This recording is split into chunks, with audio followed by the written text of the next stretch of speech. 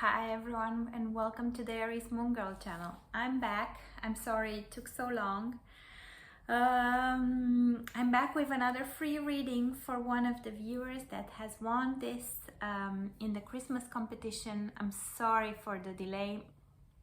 It's just been a few intense couple of months.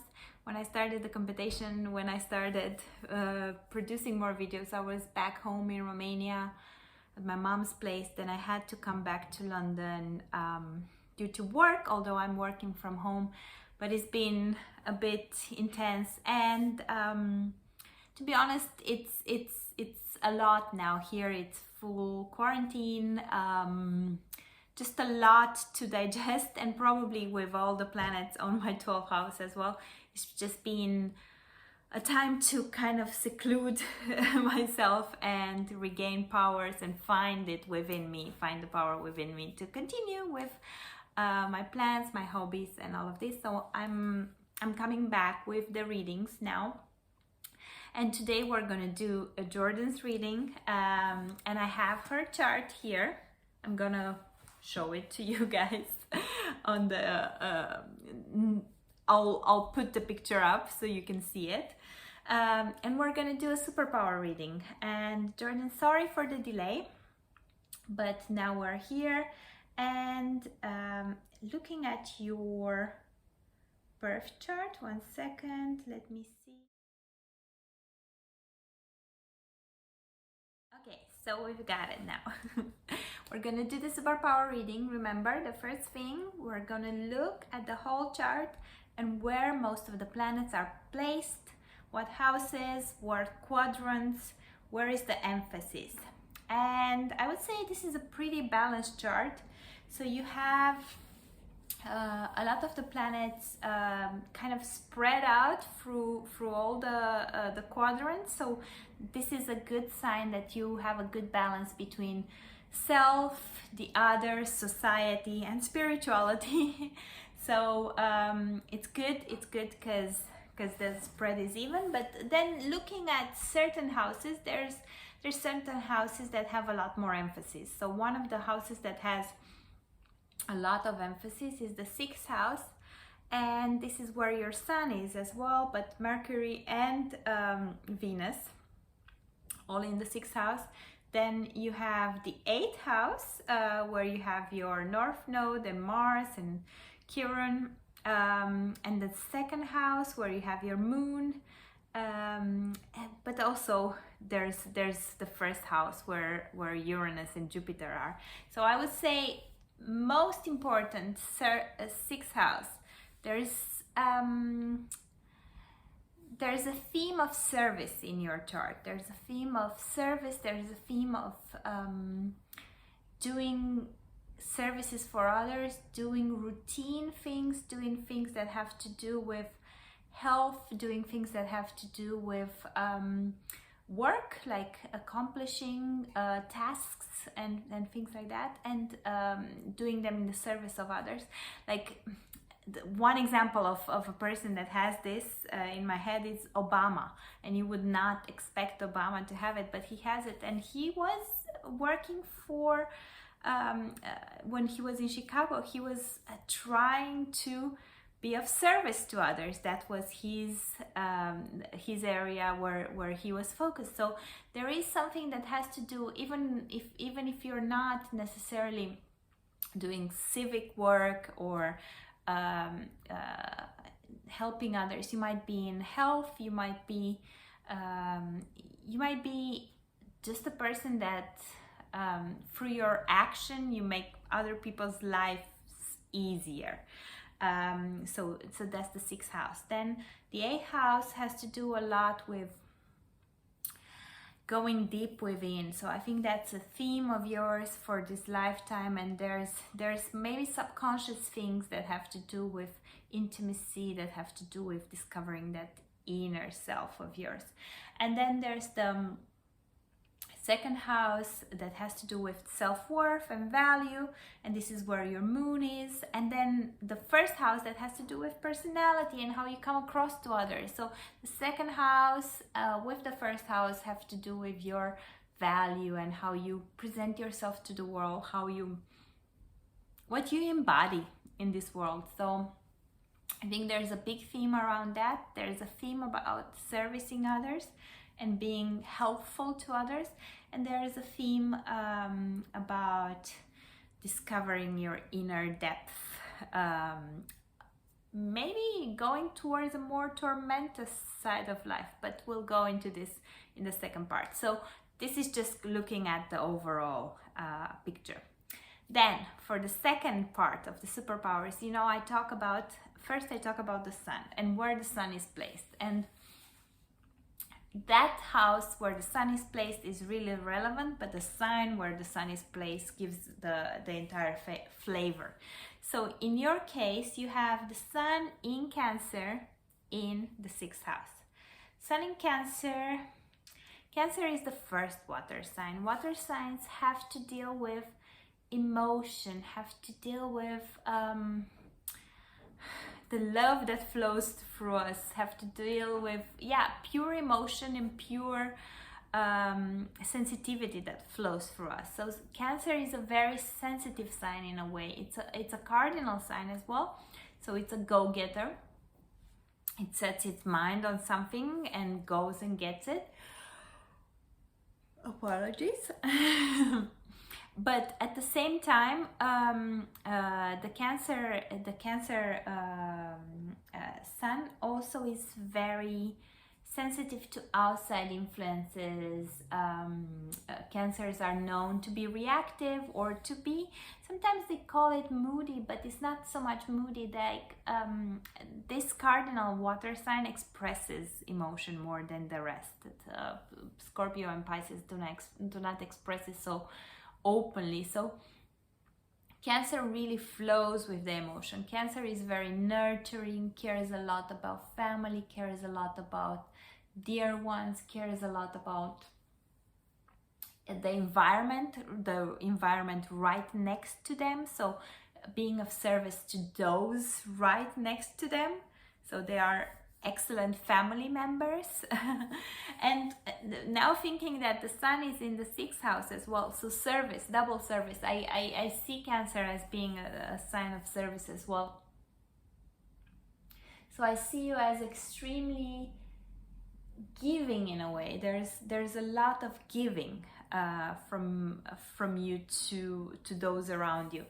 I have to take into account though that the sun is conjunct Mercury. I also have this conjunction, but this is another flavor. When a planet is conjunct another planet, this gives us another flavor. It gives you the Gemini, the Virgo, which is the 6th house flavor. So with the sun conjunct Mercury, you might use this service, or your service might come from some oral skills, or some you might be really good in writing. You might be a really good communicator of some sort, or business person. You might be really good in business as well. You might be really good at organizing groups of people with the 6th house and Virgo and all of this. So you might have a lot of skills that come from this Mercury side that you put to the service of others. So I would say that you're very in tune with the needs of your environment, and that's one of your main superpowers, and the needs of those around you, and what you can do to help them, but help them in a very practical way. What you can do to push them forward. What you can do. You also might be very good with having a routine, or a fitness schedule, or if you're not, you can start organizing that. You could be very good with healing people, or like what's healthy, what healthy habits you can pick up. I don't know, this could also be the chart of a very good fitness instructor, or things like that. That it's in the service of others and gives them a schedule and all of this. So definitely look into this if you're inclined to look into healthy routines. That's one of the strong points of this placement. Okay, so the third superpower aspect has to do with the moon, and the moon is in the second house, in Pisces, right at the end. It's really at a I forgot, anorectic degree, like it's really right at the end. It's almost transitioning into Aries Munga. But it's in Pisces, so the planets that are at these last degrees are very mature. They have a big impact on your horoscope. So because your sun, because your moon is at that degree, your moon carries even more importance than the sun. But then take into account that your sun sign, Cancer, is ruled by the moon. So the moon is really important for you. And the moon is the ruler of your sun, and the moon has the highest degree in the chart, is right at the end there. The moon is what you come with in this lifetime, what understanding you come with in this lifetime. And it's the planet that's most evolved. It's like the old wise woman that tells you a story and kind of unveils the whole story for everyone else in this chart.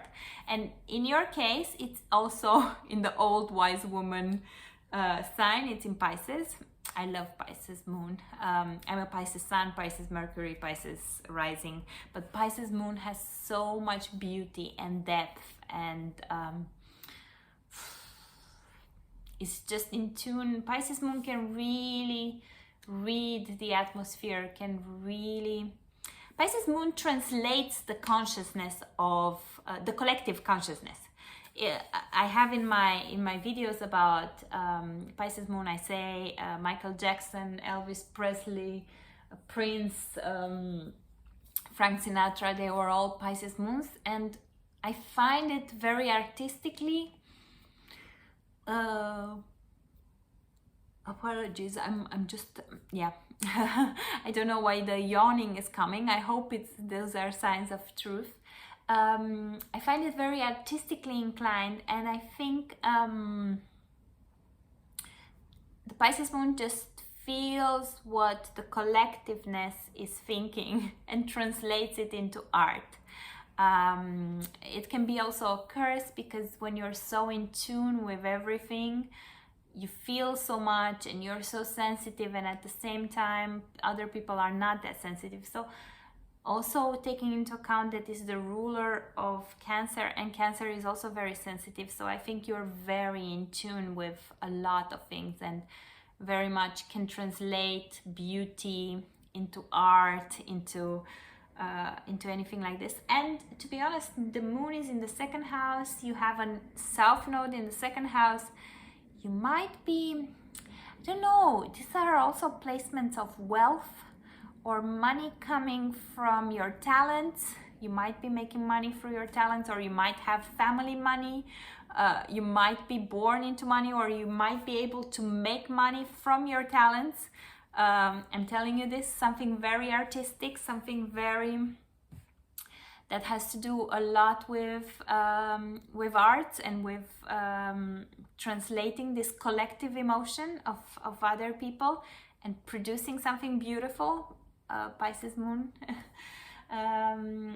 Yeah, so I feel like, and it's conjunct your self node, so you have an understanding from your past life somehow of these things. They come easily to you. Beauty comes easily to you. Art comes easily to you. It's just flowing out of you, and it's really easy for you to find your peace, to find your groundedness in beauty and art. Yeah, but again, and now we're going to go through the third point, and that has to do with South Node and North Node. So I already said South Node is where we come from in this past lifetime, from the past life, or even our childhood, is where we mostly feel comfortable. It's where we can grow from.